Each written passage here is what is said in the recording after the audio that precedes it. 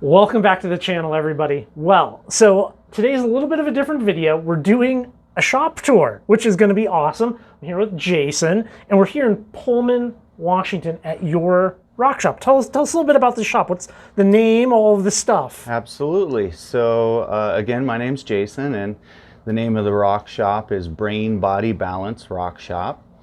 I've had the shop open around a year or so, and it's been slowly progressing and getting bigger, and I've been growing. So we're right near the college. Yeah, very happy about that. And we also have, my wife does counseling services, and my sister-in-law does sound therapy in the building. So that's the brain body balance connection part. And I'm able to mine a lot of the material that I sell myself. I have a few claims, and I collect in areas that are private property and in areas that allow me to sell the stuff that I collect myself. And so, I'm gonna put all of his contact info down below this video so people can come see what you're gonna see right now, which is pretty cool.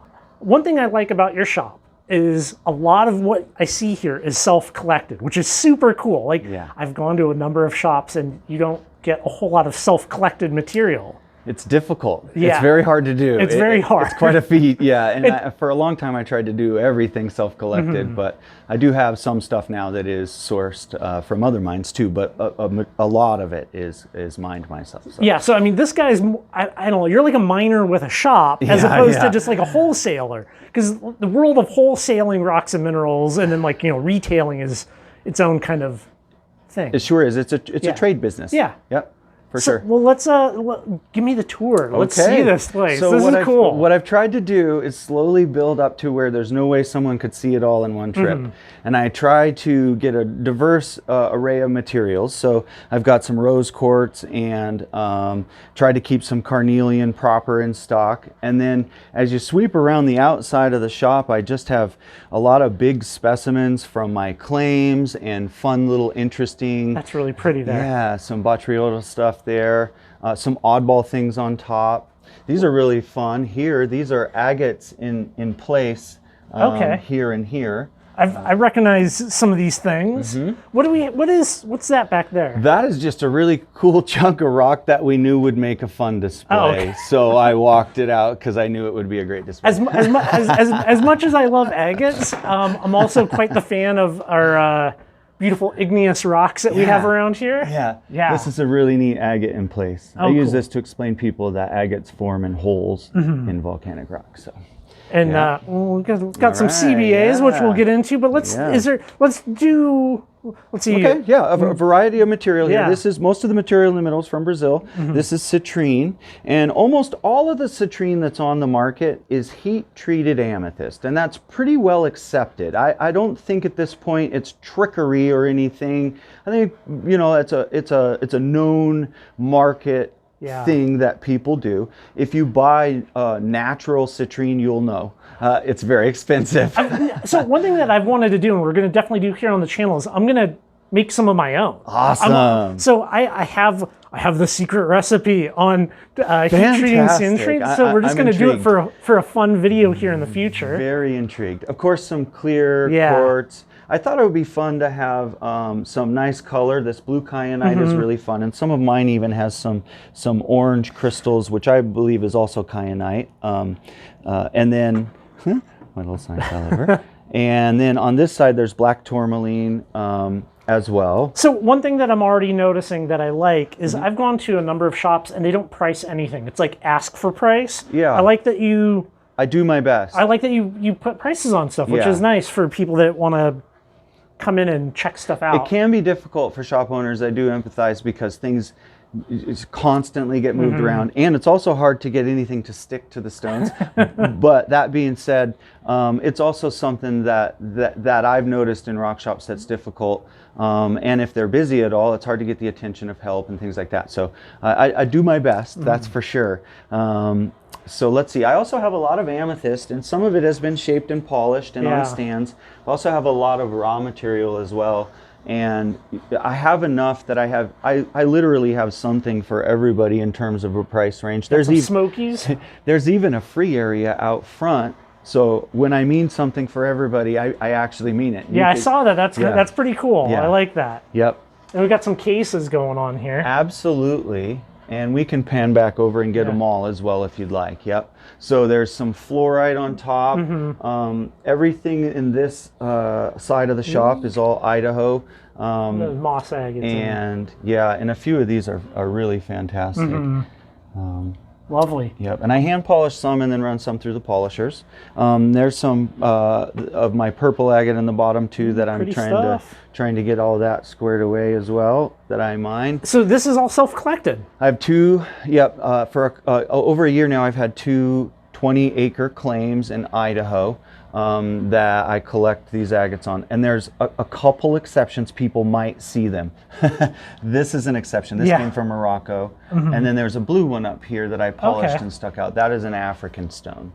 And other than that, all of this material comes from Idaho for my claims. This is a real beautiful specimen. It's got kind of a strawberry pink amethyst in there and just an incredible agate. So, that formation is standing out. What am I looking at there? Well, good question. And even if you pan over to the side, on the side, you can see there's some shimmer and whatnot going on in there. I've talked to a couple geologists, and the consensus is something like calcite and quartz. And the quartz formed actual terminated druzy crystal. And then there must have been some hydraulic flow through the crystal that was sort of stacking this mineral on top of itself as it flowed. And that's sort of the idea. But you have to theorize a lot of it. Yeah, I mean, you really do. We can do those educated guesses, but some of it's just... it's exactly that. It's educated guessing. Yeah. Very lovely. Some really unique stuff. It's really, really fun to collect. And then actually, I'll turn these lights on so we can see. Just some fun rocks here. A few jaspers and then just some fun rocks, you know. It's like some porphyry down there. You got it, yeah. Things that I see that really catch my eye, and I'm interested enough in that stone that it makes it back to the shop. So I've done some cutting and polishing of porphyry. It's pretty nice stuff. Like, I saw that video. You know, like you can do some good stuff with porphyry, and that's a relatively, I don't want to say super common. I mean, you can go find it. It's pretty common. You can go find porphyry and make some neat stuff. You sure can. I enjoyed that video, actually. And let's see. So a few fun things, some smudges and shells, some fossilized shark teeth. A lot of this is all self-collected, the wood here, and I've even tumbled some, so that's fun. Some larger chunks. This piece came from Arizona. Oh, cool. The bright red stuff. Very pretty. And then I also do a fair amount of tumbling. So I have a lot of agates that I've tumbled out in lots of price ranges, all the way down to like $5 for a dozen, $3, $4, etc. But some really nice high-end ones as well if you're looking for something for like a customer app or something like that. So it's a very, very nice shop setup. I didn't mention either, but there's also obsidian and some selenite, and you know, I try to keep an array of stuff. And I assume stuff's cycling through. Absolutely, changes a lot. But what we're here to really talk about today is the Columbia Basin Agate, the CBAs. So I'm quite the fan of Columbia Basin agates. They're a lot of fun to go out and hunt for. They really stand out, and it's something that I don't think is getting enough attention. Like, they really are a beautiful agate, and the thing that I like about your shop here is you have an impressive selection of CBAs, and people can come down and look at them, buy them. You have some that aren't for sale. They're just like your beauties, his keepers. Yeah, you got it. But you know, I've heard so much from different people that one of the problems that they have is just the identifying of them out in the field. And one of the best ways to identify something is to get your hands on it in person. And a place like this would also be good for that. Yeah. But so let's talk about some CBAs. Sounds good. I think you hit on something really important there. For people who want to get into collecting CBAs and learning how to find them, it's almost essential to put your eyes on someone's collection. Look at as many stones as you can possibly see. One of the keys to collecting them is learning how to recognize them in the field. Even expert hunters they'll walk right by impressive stones from time to time. Everybody's doing it all the time. We're all missing stones. So, real funny story. I was looking for CBAs, and there was a couple of other people in the exact same spot. Yeah. And I picked one like it was like a couple feet from somebody. You know, like it's incredible. You can stand on them. There's so many factors. I think that's what gets lost, and you can go down a rabbit hole with all of this. But honestly, light and light penetration through the stones, right? How well the light's going down, because surface collecting is one thing, but you can see many stones down underneath of the others. A lot of people hunt down through the surface and are looking at stones underneath the surface, and you need the right conditions for that. You've got angle. Your gaze angle is very important. You know, you only see through in certain holes. So like I said, it's extremely individualized to the hunter. So you sort of put that out of your mind and forget about the stones you don't see. Concentrate on the things that help you locate them. And like I was touching on, seeing someone's collection is just paramount with learning how to recognize the surface of the stones. And who knows, maybe you'll find some porphyry along the way. You got it. Yeah, that's a great tip though. So you got let's look at some of these CBAs. Okay, absolutely. This is wild. This is the most CBAs I've ever seen in one place. Oh man, and you know, it's funny, I couldn't decide to make decisions about which ones to pull out, so there's still so many over there. But really, you've got an array of different displays here, and I've found this is one thing that's beautiful about collecting CBAs. You can find so many different types of agates and so many different displays. Yeah. It's pretty impressive. You start putting different ones next to each other. I mean, they couldn't be much different. So I find that fascinating. And in fact, even ones, I'll swing this lamp around so we can see just a little better, but this one is really, I'll show you a couple unique ones since we're kind of on the topic of unique ones.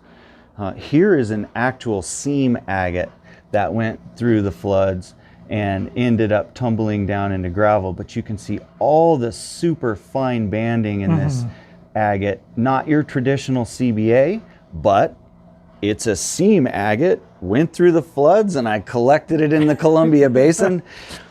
I would say this is a CBA. Yeah. And I mean, generally, the general region for these is in the greater Columbia River Basin. Yeah, and I mean, the area idea. that a lot of people focus on is the Tri-Cities. So here in Washington, that's like Pasco, Kennewick, Richland. Yep. And then the outlying areas. Yeah, and the outlying areas, you know, they spread out kind of in all directions, and it becomes a game of trying to locate small pockets. Once you get out of the Columbia Basin proper, there's just small pockets of material, you know, and people who spend a lot of time hunting, that becomes the game. You're searching vast stretches of areas, and you're trying to get permission and locate pockets of gravel from the floods that haven't been picked through, or, you know, on private property, things like that. And there's a lot going on, because we have a transportation story, because the general consensus, I believe, is that these did not form where people find them. I would agree. Yeah. So we have a transportation story. We have erosion taking place. So like the seasonal, you know, freeze thaw heat, you know, of soils and different formations happening.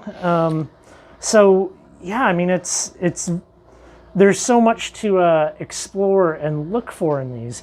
Do you have any favorites? Do you have any some top ones that we can look at here? Absolutely. You know, and I think you touched on something too while I'm pulling a few out to show you.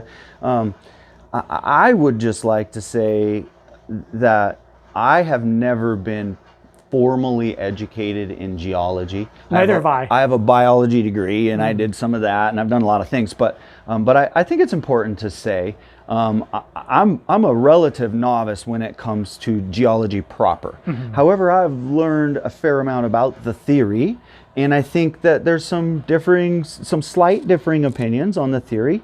But regardless, these agates definitely were redistributed by the floods. Who knows how far they went, how long they went, and some of that's up for discussion. They definitely got stained when they were in the ground for so long, so there's a bit of a signature.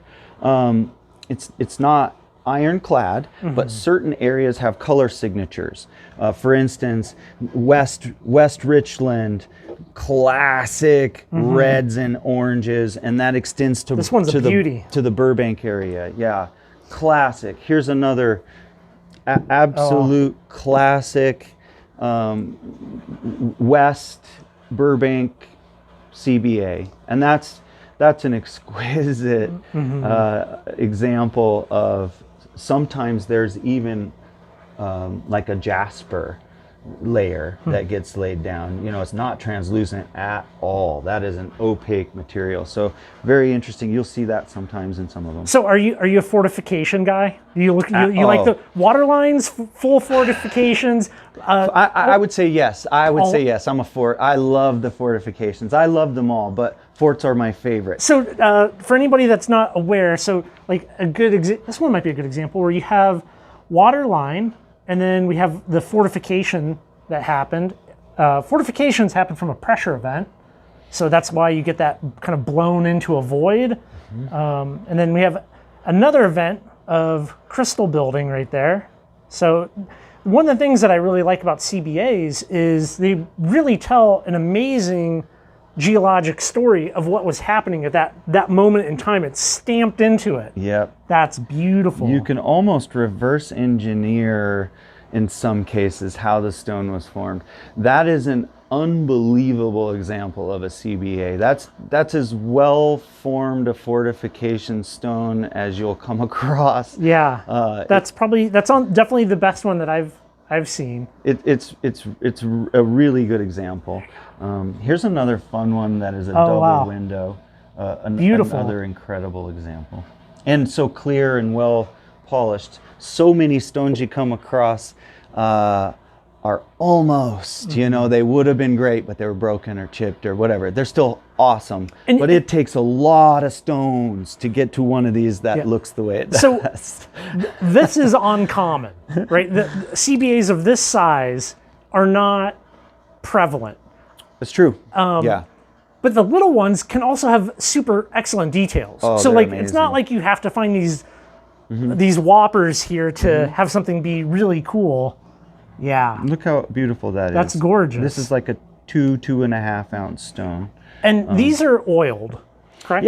Yeah. So we should maybe talk a little bit about that, because generally speaking, that's the preference for people that are into CBAs, collectors, buyers, sellers, is to take the rough rock and put mineral oil on it. Yeah.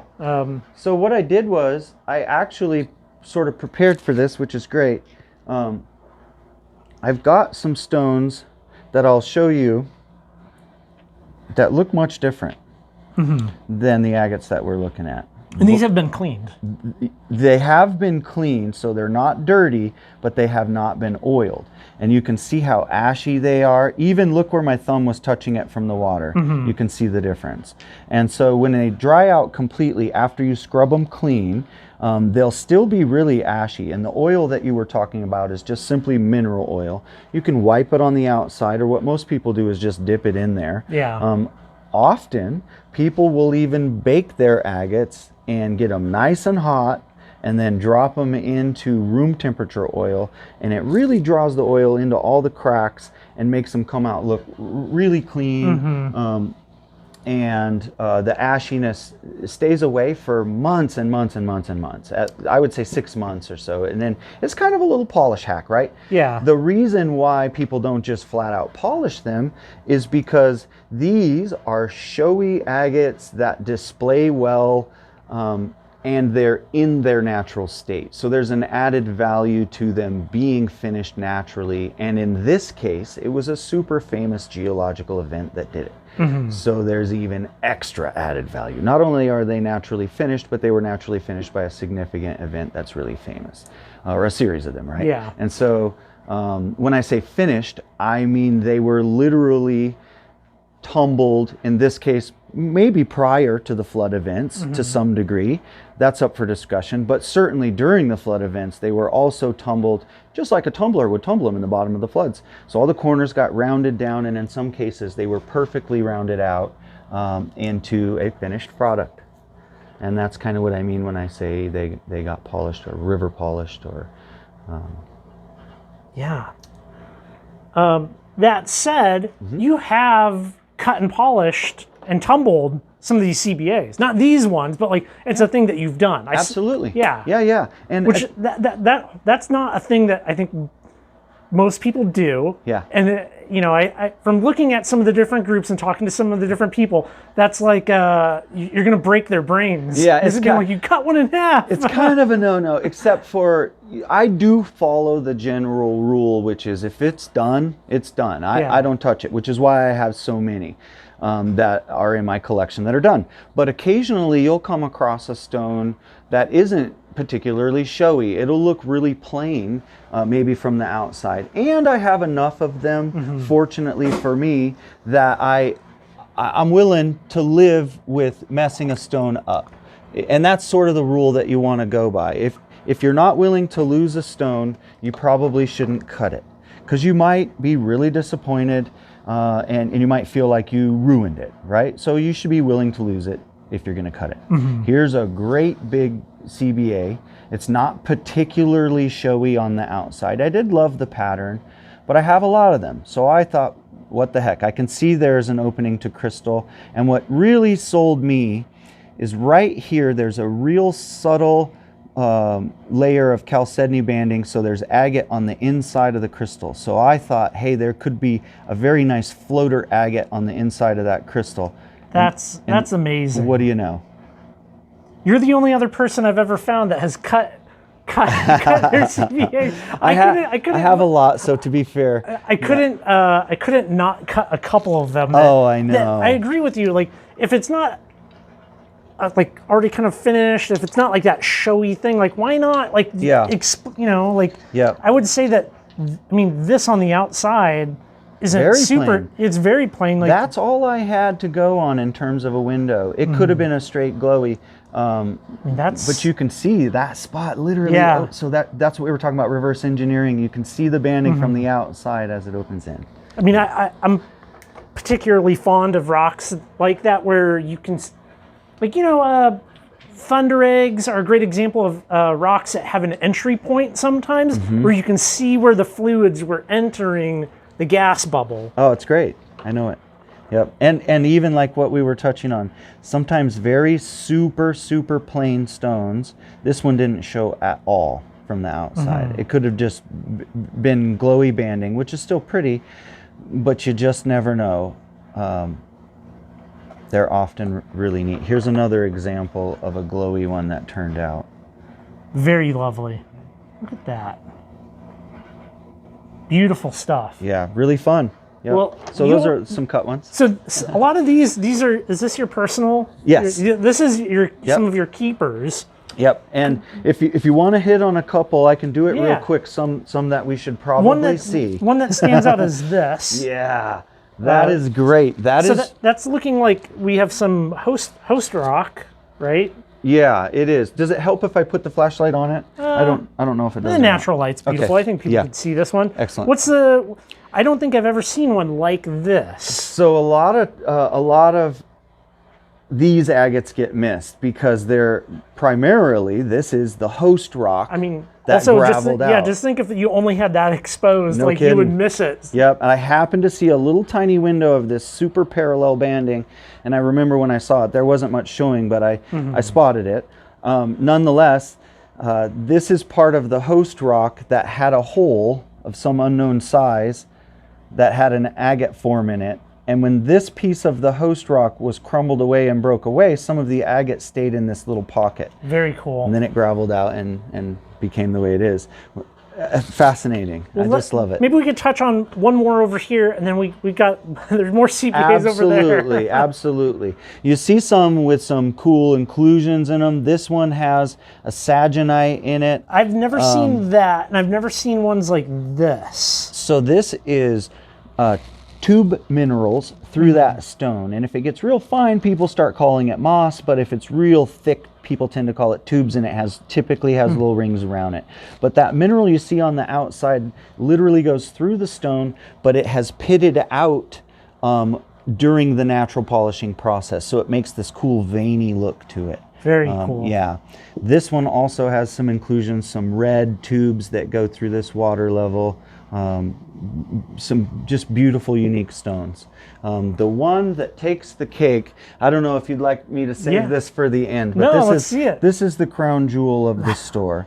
And I'll show you why. It has some unique features, but one night about 5 months after I had a hold of it, I rolled it. Oh, that's an anhydro. It's an anhydrous, yes.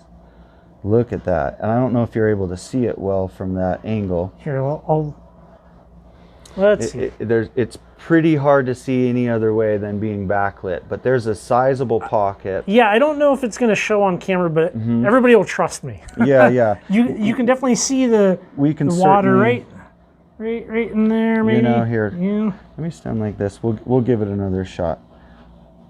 Yeah. There we go. I think we can see that. That's a rarity. It is. And that would have been heartbreaking to cut. oh, no kidding, right? I feel bad you're not able to get it on camera because it really is kind of a cool feature. Yeah. But the pocket in this one is sizable. I estimate there's a fair amount of water, certainly at least a teaspoon, maybe up to a tablespoon. The bubble is just smaller than a dime, a little smaller than a dime.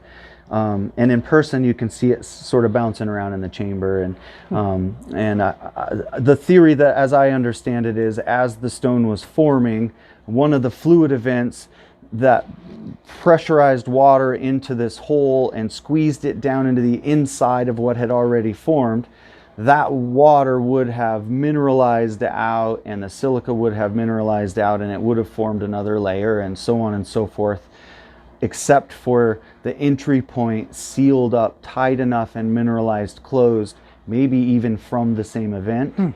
And it sealed up, trapping that fluid inside such that it never came out. And we're talking on the order of millions, tens of millions, in some cases hundreds of millions of years ago. And the water's literally been sealed in tight for that time period. So it's pretty exceptionally rare. And it went through the flood event, right? Yeah. It was in the flood event, naturally polished down into the shape without breaking. I know.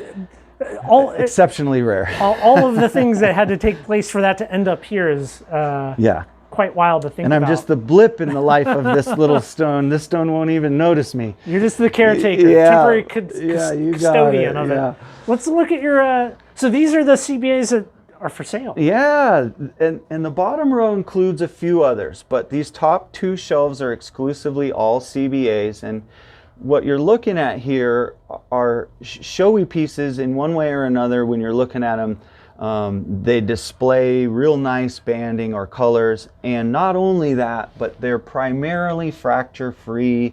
They don't have any real blemishes on them or anything in terms of being real broken. If they do, they don't really make the shelf. So not only are they really awesome, but they're in great condition. Yeah, these are excellent CBAs. And even like you were talking about, Jared, to hit on some of what you were talking about, some of these small stones are just fantastic. Even the small ones just get wonderful. You can lose yourself forever looking at some of these great stones. Beautiful. Yeah. And you got quite the spread. Yeah. For a couple of bucks, you can find some really unique ones that fit you. There's something about it that you like, you know. And outside, like I'm talking about, there's even actually there's pretty much a few agates outside in the free area all the time unless someone cleans me out. So here's a few more with the host rock. Oh yeah. Here's another one. That's beautiful. Yeah, and a few others as well in various states. This is a really neat one. It shows both sides. So this is host rock and this is host rock. Here's the crack, and in the bottom it even water leveled out. And that's an exceptionally good what a cool piece. Yeah, it really is. Yep. Wow, that's awesome. Yeah. And you got some Montana agates. Yeah, Yellowstone River. You know? Yeah. Very cool. Yeah. Lots and lots of goodies to look at. let's look at. Let me pick one out here to look at. Let's look at this one. That one's very cool. And ooh, see this guy back here. A lot of people haven't seen these real clean white ones. And I think primarily they're not that common, but also they are really hard to see. Imagine this stone There's so much being covered in, it looks like a quartzite. Yeah, there's a lot of quartzite. That's one of the tricky things. So when you're looking for CBAs, there's a lot of just like blah quartzite, and they can be right next to each other, and you. Well, and there's nothing wrong necessarily with quartzite, but I know exactly what you mean. There is so much of it. If you're targeting CBAs, you can feel like you're spending your whole day going through it. And so that's a lot of people sort of filter out that color and shoot for specific colors, which leads me to another point. One of the things people don't realize about hunting CBAs, this is a great tip. Yeah, let's get into some advice for some people. Let's do this. This is gold, what I'm about to tell you. So one of my laws to CBA hunting is you find what you're looking for. And what I mean by that is if you're looking for glowies, you're going to find glowies. If you're looking for heavily banded, then you'll find those. What you're thinking about finding in your head is primarily what your head is focusing on in terms of the target material. You don't realize it, but you're filtering out most of the other stuff. It has to be super obvious if it's in one of the categories you're not focusing on. Well, I think this is a great example though, because I've usually heard it referred to as just like training your eye to like these agates. Yeah. So going back to one of the other original points of putting your eyes on other people's CBAs. Yeah. Seeing some of this, you can now start to look for this out in. Look how unlikely, if this was dirty, that does not. Yeah, and you're only seeing a little bit of it. Maybe even the part that doesn't look like an agate at all. Yeah, you're just seeing this little brown, and the rest of it's buried. So it's important to have that in your mind and be like training your eyes for water lines or fortifications or glowies, like. And most importantly, which is my second rule. So first thing is open what it is you're looking for, right? If you're focused on glowies, you're only ever going to find them. So that's the first rule. But the second rule is exactly what you're hitting on. It is you actually want to focus on texture, the surface texture of the material. If you see banding or you see a window or you see glowy, you're probably going to notice.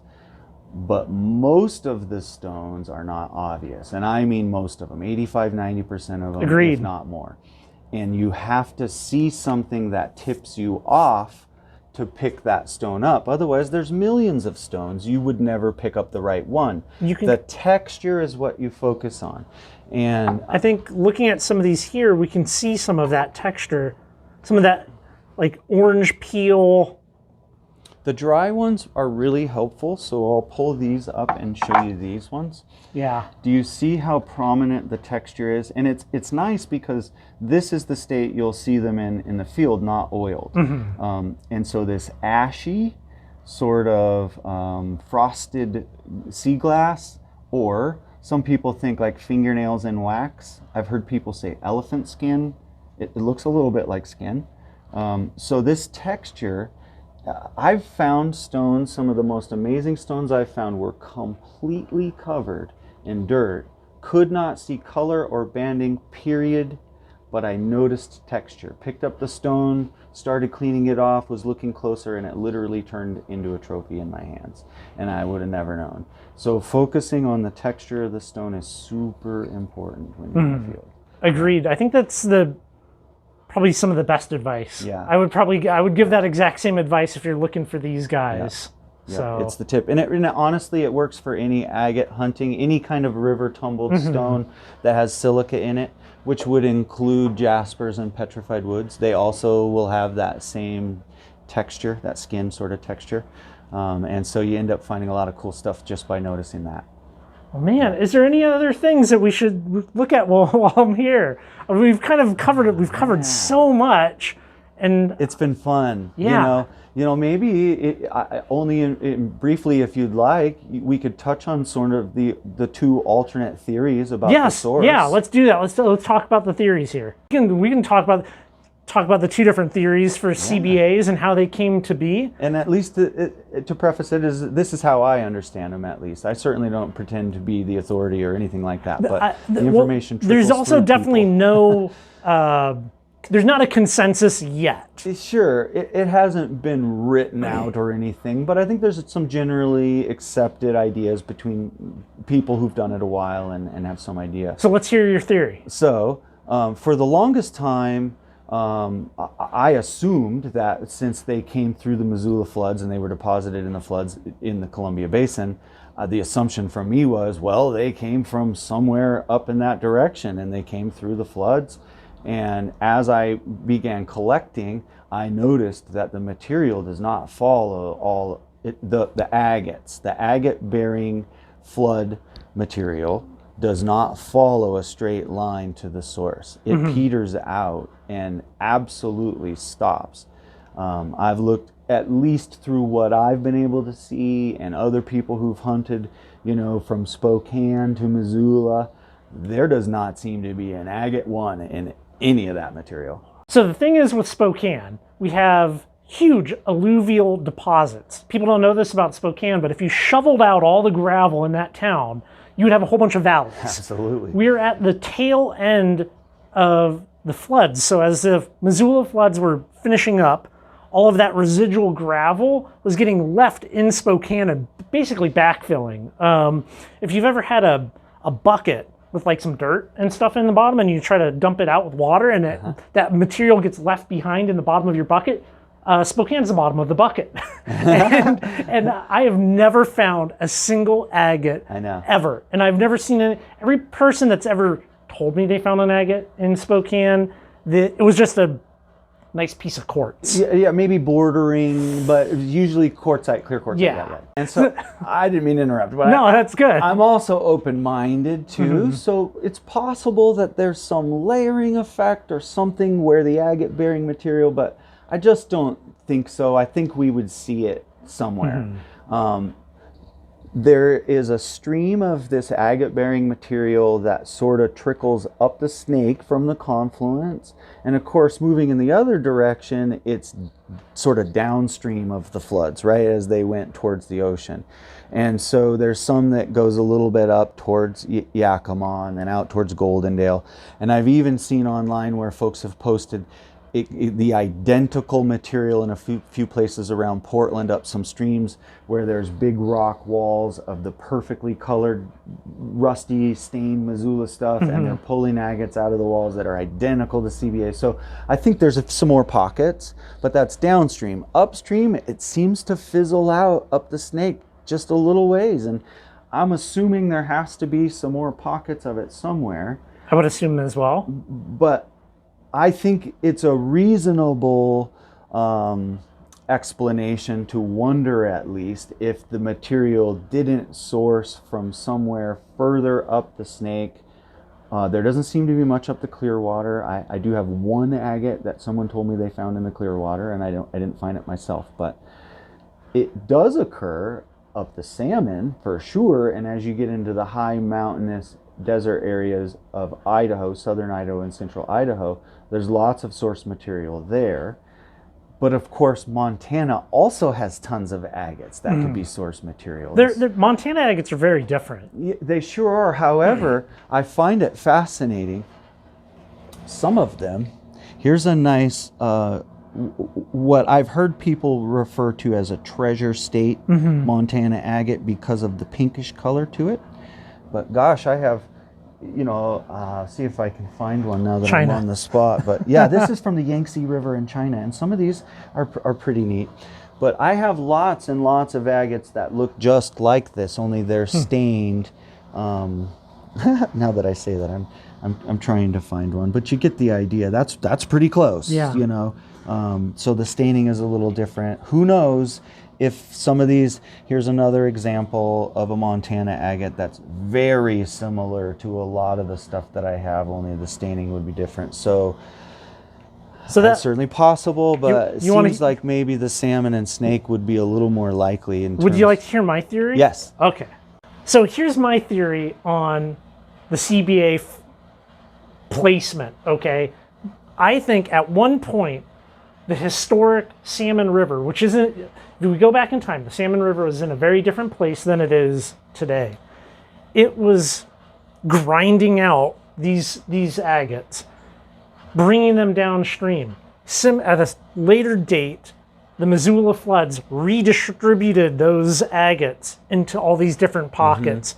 And that's why you can find them in these little oddball places. And you don't find them everywhere we have floods. There is material all the way from Spokane all the way to Portland that you're gonna find the exact same material. So in my mind, that tells me that that material entered the floods either at the origin or out in Montana, and then it got blown all the way to the ocean. Sure. And that, since we see that with that material, but not with this, that's why I'm thinking we have a distribution story with the CBAs, but they didn't come from floodwaters. Yeah, I think I would agree. You know, that's the best I have going on for that. Very reasonable. Yeah, I think so too.